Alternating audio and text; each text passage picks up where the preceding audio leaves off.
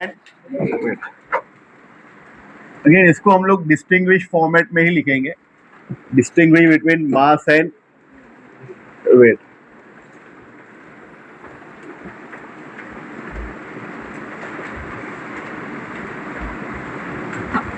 So basically what is mass? Mass is nothing but a quantity of matter present in the object, the content in the object.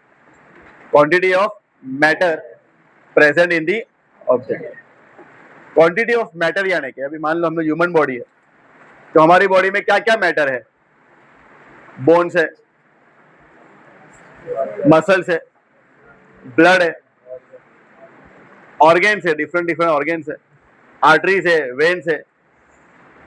तो this total compiled of mass है कि नहीं? ये total पूरा क्या बता रहा है? हमारा मास बता रहा है कि नहीं? तो mass is defined as the quantity of matter contain in the object. तो वो डेफिनेशन में लिखते हैं हम लोग. It is defined as the quantity of matter present in the object.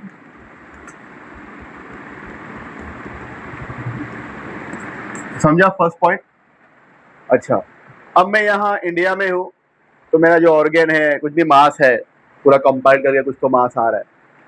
London में गया तो मेरा मास चेंज होगा क्या? वही रहेगा ना, वही ऑर्गेन, वही ब्लड, वही मसल्स, वही सब रहेंगे. अच्छा, फॉरगेट अबाउट लंदन, मैं दूसरे प्लेनेट पे जा रहा हूँ, या मान लो मैं मून पे चला गया, तो क्या मेरा मास चेंज होगा?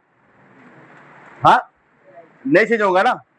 जो ब्लड, जो बोन्स, जो ऑर्गेन्स जो मेरे अर्थ पे है, वही ऑर्गेन, वही ब्लड, वही मसल्स मून पे जाऊंगा तो वही रहेंगे, चेंज नहीं होगा.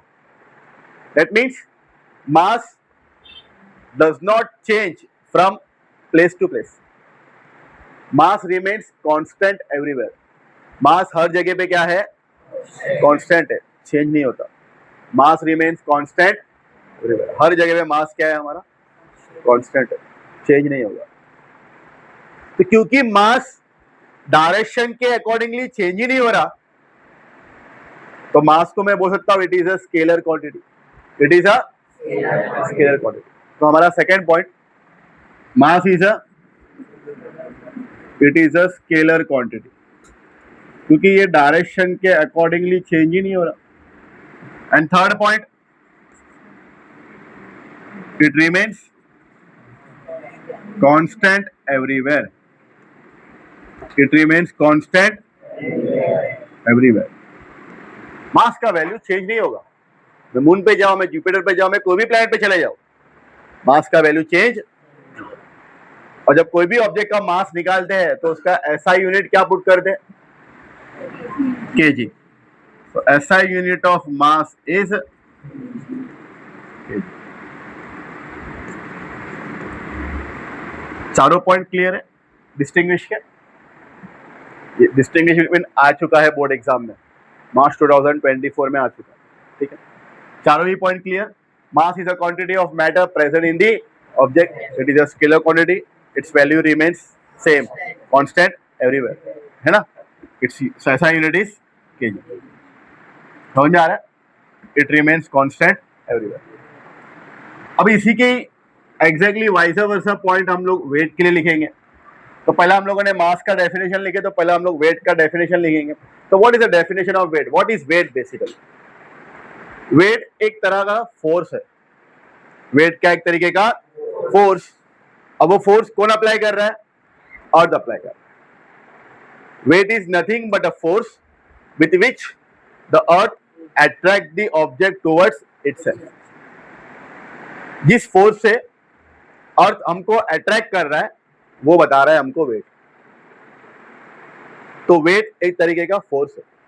Wait is a force with which the earth attract the object towards itself. बोलो डेफिनेशन. It is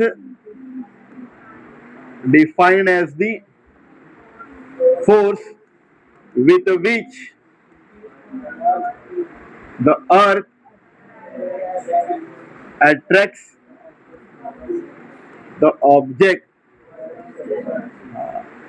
towards. तो weight is nothing but a force, weight is nothing but a, है ना, वेट एक तरीके का फोर्स है। एंड फोर्स का formula क्या पढ़े हम? Mass into acceleration. क्या पढ़े? मास इनटू, क्योंकि ये फोर्स कौन अप्लाई कर रहा है? अर्थ, तो इसलिए वो एक्सेलरेशन भी जो होगा वो एक्सेलरेशन क्या होगा? Acceleration due to gravity. And acceleration due to gravity is nothing but F is equal to m into clear है?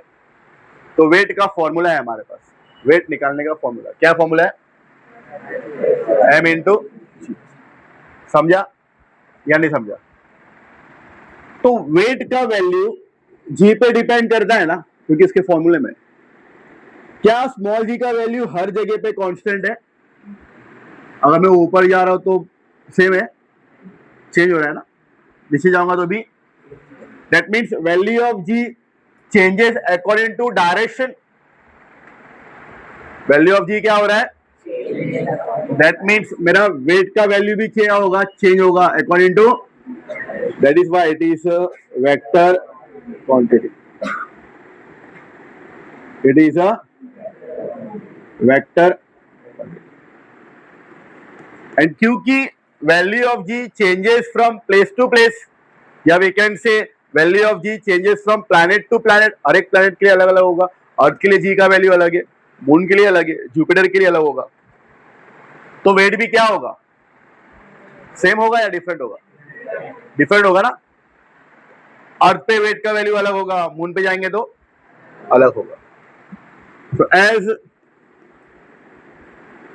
The value of g changes from planet to planet लिखना, नहीं तो प्लांट टू प्लांट लिखेंगे। Plant to plant, monkeys एक plant से दूसरे plant पे। As the value of g changes from planet to, therefore the value of weight changes from planet to planet. Why? Because weight is equal to m into and small g is what? gm upon, है ना। Wait का formula m into gm and g का formula क्या है? gm upon small g का value planet के मास और planet के रेडियस पे डिपेंड करता है। प्लैनेट के मास और प्लैनेट के रेडियस पे डिपेंड करता है। यहां पर हमने g का वैल्यू अर्थ के लिए निकालने के लिए अर्थ का मास और अर्थ का रेडियस पुट किए, तो अगर मून के लिए निकालने के लिए मून का मास और मून का रेडियस पुट करना पड़ेगा। तो इसलिए वैल्यू ऑफ g चेंज हो रहा है प्लैनेट टू प्लैनेट, तो वेट का वैल्यू भी क्या होगा? चेंज होगा। क्योंकि वेट एक तरीके का फोर्स है एंड फोर्स का ऐसा यूनिट क्या है? न्यूटन। तो वेट का भी ऐसा यूनिट क्या हो जाएगा? इट्स ऐसा unit is Newton. Is it clear? This is the distinguish between two marks. Simple? Any doubt? समझा? पक्का समझा? कॉपी करो। क्या समझ में आया मास एंड वेट से? कि मास का वैल्यू चेंज नहीं होगा। मास का value it remains same everywhere. कोई भी प्लैनेट पे चले जाओ, मास का वैल्यू सेम है, बट वेट का वैल्यू क्या होगा? चेंज होगा। क्योंकि वेट एक फोर्स है। इसे अर्थ क्या कर रहा है? ऑब्जेक्ट को अट्रैक्ट कर रहा है, हमको अट्रैक्ट कर रहा है। एंड वेट एक फोर्स है, तो फोर्स का फॉर्मूला इज m इंटू, क्योंकि g का वैल्यू चेंज हो रहा है प्लैनेट टू प्लैनेट, वेट का वैल्यू भी क्या होगा? चेंज होगा। आपको एक इंपॉर्टेंट क्वेश्चन पूछते हैं इसमें, value of weight changes from planet to planet, इतना लिख के देंगे खाली, value of weight changes from planet to planet. इसका रीजन लिखना है। सबसे पहले क्या लिखोगे आप? सबसे पहले वेट का definition, weight is defined as the force with which the earth attract the object towards, फिर फॉर्मूला भी लिख दो, weight is equal to F is equal to m into, फिर आप ये लिखो, ये नहीं लिखेंगे चलेगा, as the value of g changes from planet to, because weight equal to m into g and g equal to g upon, therefore the value of weight changes from planet to. दो ही reason लिखने हैं आप, clear है, समझा?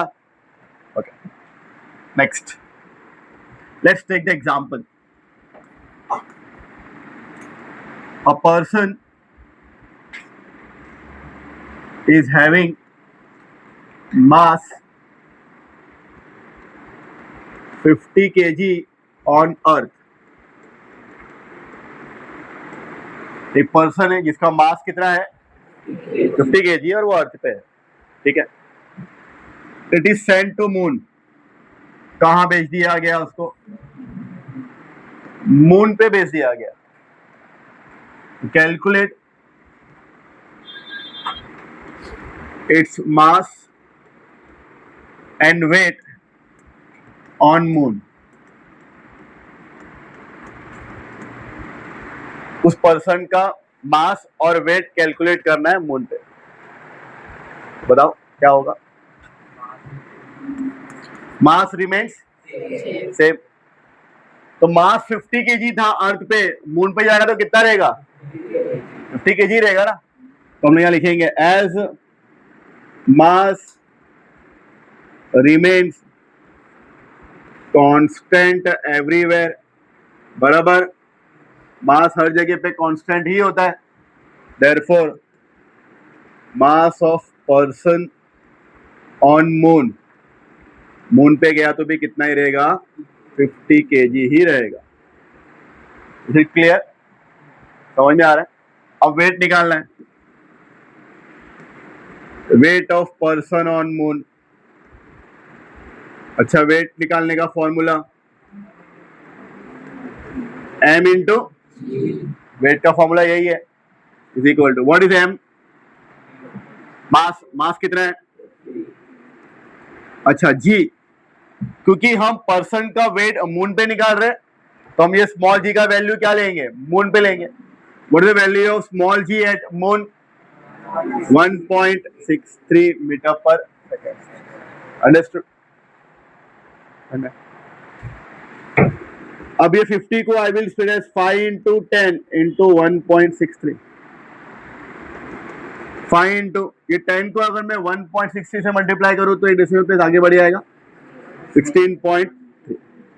Just multiply करो. 5 3 is 15, 1 carry. 5 6 30 plus 1 31, 3 carry.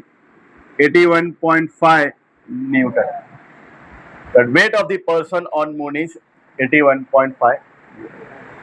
Clear? समझा? अगर यही वेट हमको अर्थ पे निकालने बोला है तो calculate the weight of a person on earth. Weight of a person on earth क्या करोगे? Formula will remain same, m into g. Mass कितना रहेगा? क्योंकि अर्थ पे निकालना है तो what is the value of g on earth? 9.78 लेंगे. 9.78 लिए तभी ये 1.63 आया था, है ना? 50 को स्प्लिट करो. 5 इंटू 10 इंटू 9.78. फिर क्या होगा बोलो? 5 इंटू 97.8 मल्टीप्लाई कर दो. 5 8 जा 40, 4 कैरी पॉइंट. ऐसा 35 प्लस 4 39, 3 कैरी. 45 प्लस 3 489.0. 489.0 है, 0.0 डाल दो आप, कितना हो जाएगा? 489 न्यूटन. तो अब वेट में कितना चेंजेस आ रहे हैं आप देख रहे हो. मून पे कितना है? 81.5 न्यूटन और अर्थ पे कितना है? 489 न्यूटन. कितना? तकरीबन 6 गुना ज्यादा. देख लो आप. 81.5 को 6 से मल्टीप्लाई कर दो. 5 6 33, 6 प्लस 3 9, 8 6 48. हो गया ना? और 6 गुना ज्यादा होना लाजमी था। क्यों? क्योंकि स्मॉल जी का वैल्यू मून पे 8 से 1/6 है कि नहीं? तो इसलिए वेट भी क्या हो जाएगा? 1/6 हो जाएगा। वेट भी क्या हो जाएगा? तो मून पे इसलिए हम अपने आप को वेटलेस फील करते हैं, जैसे हवा का झोंका आएगा और हमको लेके जाएगा, है क्या नहीं? अपने आप को वेटलेस फील करते हैं। कितना कम वेट है देखो मून पे। क्लियर है? समझ में आया? ये तो हो गया थियोरेटिकल क्वेश्चन। 2 मार्क के लिए आपको बोर्ड एग्जाम में इस तरह से पूछ सकता है। एक एमसीक्यू क्वेश्चन पूछते हैं। A person weighs 72 Newton on earth, what will be its weight on moon? एक पर्सन का अर्थ पे कितना वेट है? 72 न्यूटन। कितना है? और ये पर्सन अगर मून पे गया तो मून पे इसका वेट कितना होगा? कितना आएगा? पक्का 12 आएगा। Weight on moon is 1/6 on weight on, जिसे जीएम था 1/6 था जी, 1/6। What is weight on earth? 72 1s and 12s, so weight on moon is 12 Newton. Clear है? समझ में आ गया? जितना वेट अर्थ पे है उसका 1/6 करना है आपको, 6 से क्या करना है? डिवाइड करना है। क्लियर? अंडरस्टूड? कॉपी करो। The very important one, free fall. समझा वेट कैसा निकालना है? अर्थ पे जो भी वेट दिया रहेगा, अगर मून पे निकालना है तो उस वेट को क्या करना है? 6 से क्या कर देना है? डिवाइड कर देना। अभी देखिए ना 72 न्यूटन था, 12 कैसे आया? 6 से क्या कर दिया हम लोगों ने? डिवाइड कर दिया। चलो, free fall. What is free fall? Basically as we know कि अर्थ का gravitational force will act on every object. मान लो ये पेन है, ये पेन के ऊपर अर्थ का ग्रेविटेशनल फोर्स अप्लाई हो रहा है, ये नीचे क्यों नहीं गिर रहा? क्योंकि मैंने भी एक फोर्स अप्लाई किया हो। जब मैं इसको होल्ड कर रहा हूं तो मैंने भी क्या अप्लाई किया हो? एक अप्लाई किया, जिसकी वजह से गिर नहीं रहा है ना?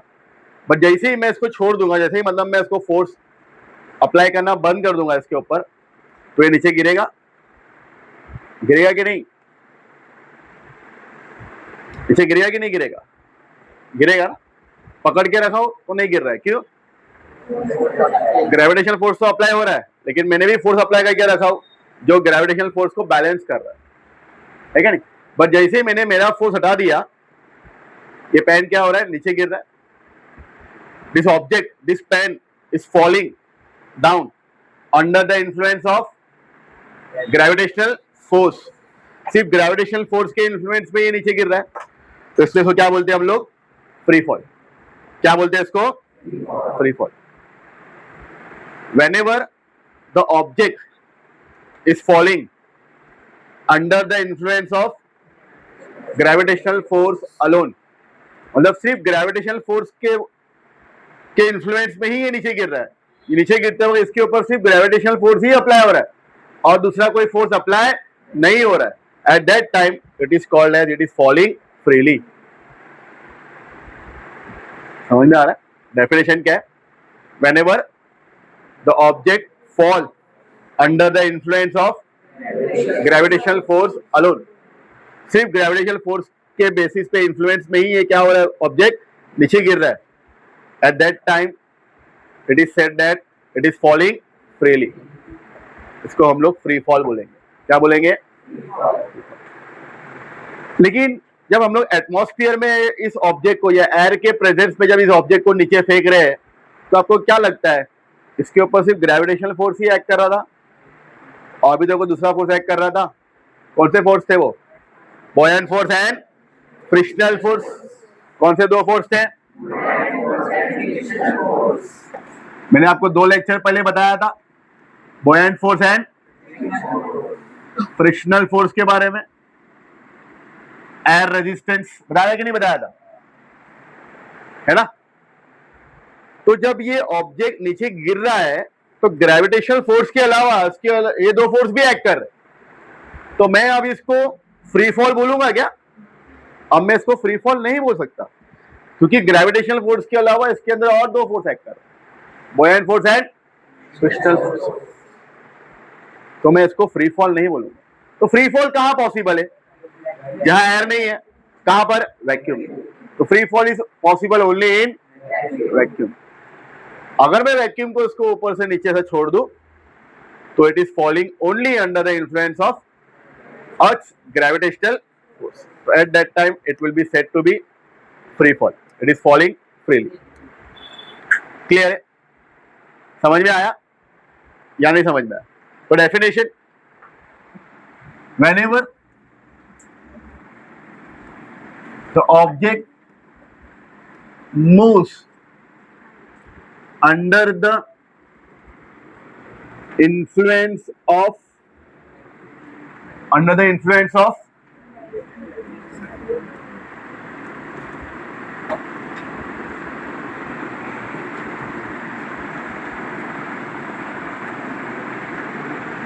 whenever the object moves under the influence of Earth's gravitational force, then the object is said to be falling freely. समझ में आ रहा है? और फ्री फॉल कहां पॉसिबल है? Free fall is possible only in free fall is possible only in सिर्फ vacuum में ही possible. Free fall is possible only in, क्यों वैक्यूम में पॉसिबल है? खाली अगर एयर नहीं, और एयर रहेगा तो बुओयंट फोर्स एंड फ्रिक्शनल फोर्स तो आएगा, because of gaseous particle, because of water molecules present in the atmosphere, है कि नहीं? क्लियर? अब आगे हम लोग को फ्री फॉल के लिए इक्वेशन गो थ्रू करना है, फॉर्मूलेस गो थ्रू करना है कि जब कोई भी ऑब्जेक्ट ऊपर से नीचे आ रहा है, मतलब कोई भी ऑब्जेक्ट फ्री फॉल में है, तो उसको उसके ऊपर फॉर्मूला क्या अप्लाई होगा? एज वी ऑल नो कि अगर कोई भी ऑब्जेक्ट मोशन में है तो नाइन्थ स्टैंडर्ड में हम लोगों ने 3 इक्वेशन ऑफ मोशन पढ़ा था, अगर आपको याद है। कोई भी ऑब्जेक्ट अगर मोशन में है तो उसके ऊपर 3 इक्वेशन पढ़े थे, याद है आपको? कौन कौन से 3 इक्वेशन थे? v is equal to u plus at, second equation of motion, and third equation of motion, what is u? Initial velocity, v final velocity, a t, what is s? Displacement. यहां पर I can say the height, ठीक है? अच्छा, now for free fall,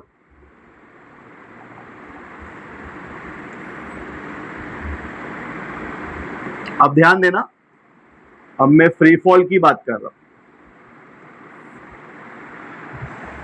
जब ये object को मैंने hold करके रखा हो तो ये ऑब्जेक्ट रेस्ट पोजीशन पर है, तो रेस्ट पोजीशन पर है, और जब मैं इसको फोर्स छोड़ दूं तो ये ऑब्जेक्ट नीचे गिर रहा है, तो मतलब इसका इनिशियल वेलोसिटी क्या रहेगा? 0 रहेगा। तो ड्यूरिंग फ्री फॉल या फ्री फॉल के टाइम पे u का वैल्यू क्या रहेगा? 0 metre per second, 0। Agreed? Clear ना? क्योंकि फ्री फॉल के टाइम पे ये रेस्ट पोजीशन पे, उसके बाद नीचे गिर रहा है, राइट? अच्छा, जब ये नीचे गिर रहा है तो किसके इन्फ्लुएंस में गिर रहा है? अर्थ के ग्रेविटेशनल फोर्स में। तो अर्थ के ग्रेविटेशनल फोर्स में ये नीचे गिर रहा है, तो इस बॉडी में जो एक्सेलरेशन आया हुआ है, acceleration will be acceleration due to gravity, acceleration due to gravity. तो यहां पर a के बदले में g लिखूंगा, एक्सेलरेशन ड्यू टू ग्रेविटी। तो ये जो 3 इक्वेशन ऑफ मोशन है, इसमें हमको चेंजेस करना है। जहां भी u दिखाई देगा वहां हमको 0 लिखना है, और जहां a दिखाई देगा वहां हमको क्या लिखना है? g लिखना है। क्लियर है? चेंजेस करते हैं। पहला formula v is equal to u का वैल्यू 0 प्लस a के बदली gt, तो v is equal to gt बोल सकते हैं हम लोग खाली अभी, तो v is equal to gt, first formula for free fall. Second, यहां बोलो s इक्वल टू u का value 0 multiply by t plus half a के बदली 0 मल्टीप्लाई बाय t क्या हो जाएगा 0, तो ये टर्म चले जाएगा, तो खाली क्या बचेगा हाफ gt स्क्वायर, क्या बचेगा खाली, तो s का फॉर्मूला हाफ gt स्क्वायर।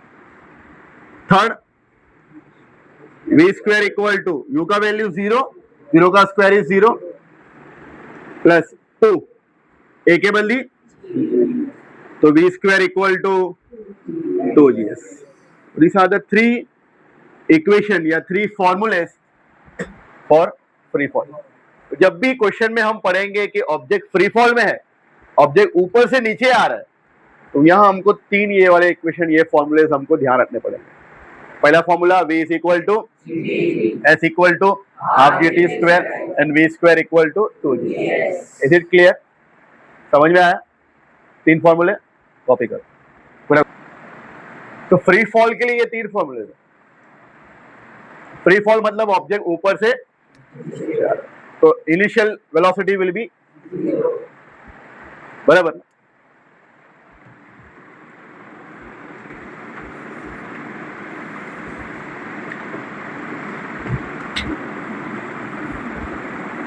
अब ऑब्जेक्ट जो है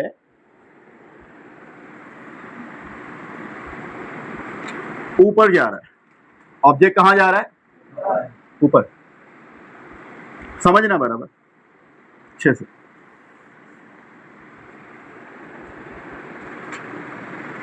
ड्यूरिंग फ्री फॉल, मैं वापस लिख रहा हूं,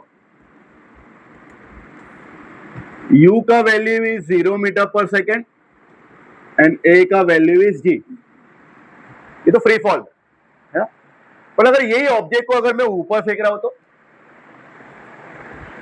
तो क्या इसके ऊपर अर्थ का ग्रेविटेशनल फोर्स अप्लाई नहीं हो रहा है? ऑब्वियसली हो रहा है। तभी तो जब ये ऑब्जेक्ट ऊपर जा रहा है तो उसकी वेलोसिटी डिक्रीज होती जा रही है, कम होती जा रही है, कम होते होते होते होते जब ये मैक्सिमम हाइट पे पहुंचेगा तो उसकी वेलोसिटी क्या हो जाती है, बराबर ना। वेलोसिटी क्या हो जाती है, कहां पर, मैक्सिमम हाइट पे जब ये पहुंच गया तो उसके बाद वो जो पूल है अर्थ का वो कंटिन्यूअस है, तो वो नीचे मैक्सिमम वेलोसिटी से नीचे गिरना शुरू होता है, बराबर। तो अब मैं बात कर रहा हूं when the object is throne upward, free fall में ऑब्जेक्ट ऊपर से नीचे आ रहा है। अब मैं बात क्या कर रहा हूं, जब मैं ऑब्जेक्ट को नीचे से ऊपर फेंक रहा हूं, ऑब्जेक्ट नीचे से ऊपर जा रहा है, when the object is throne upward, जब ऑब्जेक्ट को मैं ऊपर फेंकूंगा तो आप देखो वेलोसिटी क्या हो रही है, डिक्रीज। क्यों? क्योंकि अर्थ क्या कर रहा है उसको, और मैक्सिमम हाइट पे पहुंच के वेलोसिटी क्या हो जा रही है। So when the object is throne upward after reaching maximum height, after reaching, तो उसकी वेलोसिटी v क्या हो जाएगी, 0 metre per second. Free fall में u का वैल्यू 0 मीटर पर सेकेंड था क्योंकि ऑब्जेक्ट रेस्ट पे था, बट जब मैं ऑब्जेक्ट को नीचे से ऊपर फेंक रहा हूं तो उसकी फाइनल वेलोसिटी क्या हो रही है, 0 हो रही है, 0 मीटर पर।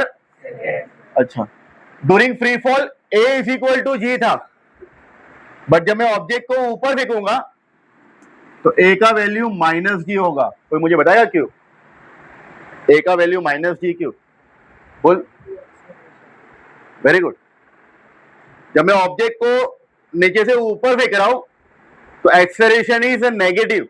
Why the acceleration is negative? Object का मोशन कहां पर है, ऊपर की तरफ, और एक्सेलरेशन ड्यू टू ग्रेविटी कहां होता है, नीचे की तरफ होता है ना। दोनों डायरेक्शन क्या है, अपोजिट है। समझ में आ रही बात? इसलिए a का वैल्यू क्या लूंगा मैं, -g। Are you getting it? समझ में आ रहा है? जब मैं ऑब्जेक्ट को ऊपर फेंक रहा हूं तो ऑब्जेक्ट का मोशन कहां पर है, अपवर्ड, लेकिन एक्सीलरेशन ड्यू टू ग्रेविटी का डायरेक्शन कहां पर है, डाउनवर्ड, तो इसलिए दोनों का डायरेक्शन ऑपोजिट है, तो इसलिए ए के बदले में क्या लूंगा, minus g. And maximum height का फॉर्मूला निकालने के लिए after reaching maximum height v is equal to 0 and a is equal to minus g, what is v square, third equation of motion, v square equal to u square plus 2gs, यही है ना, 2as, sorry 2as। तो in this equation करूंगा क्या, v का value और a के value में पुट करो, v का value 0 square, u square plus 2 a के बदली इंटू 0 का square 0, u square plus minus minus 2gs, ये u स्क्वायर को यहां लेके आ जाओ या फिर 2gs को यहां लेके आ जाओ, चलो क्या हो जाएगा, इज इक्वल टू, फिर s को यहीं रखता हूं, 2g यहां क्या हो जाएगा, तो s equal to u square upon 2g, s equal to what is this s, displacement, या फिर we can say in this case maximum height, कि अगर मैं कोई भी ऑब्जेक्ट को ऊपर की तरफ फेंक रहा हूं तो वो कितने मैक्सिमम हाइट तक जाएगा उसका फॉर्मूला है। अगर मैक्सिमम हाइट का फॉर्मूला है s equal to u square upon 2g, u square, u is what, initial velocity, 2g, clear है, this is maximum height, clear. तो ये फॉर्मूला आपको ध्यान रखना। तो आज हम लोगों ने फ्री फॉल के 3 फॉर्मूले देखे, मास एंड वेट पढ़े, वेट का भी फॉर्मूला आ गया एंड मैक्सिमम हाइट का फॉर्मूला। तो the next lecture we will do the sums, और एक लास्ट टॉपिक बचेगा एस्केप वेलोसिटी, तो वो इसके बेसिस पे ही पढ़ना है हम लोग को, क्लियर है। तो सारे फॉर्मूलेज आपको याद करके आना, क्लियर, कॉपी करो।